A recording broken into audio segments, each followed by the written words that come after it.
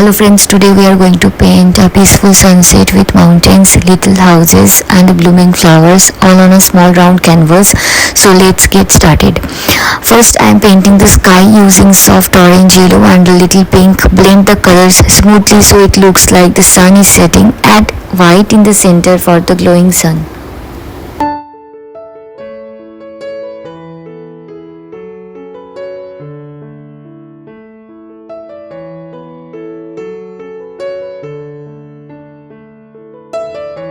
Next, I am painting the mountains in layers. Use dark blue and green for the ones that are closer and lighter blue for the far ones. This will give depth to the painting.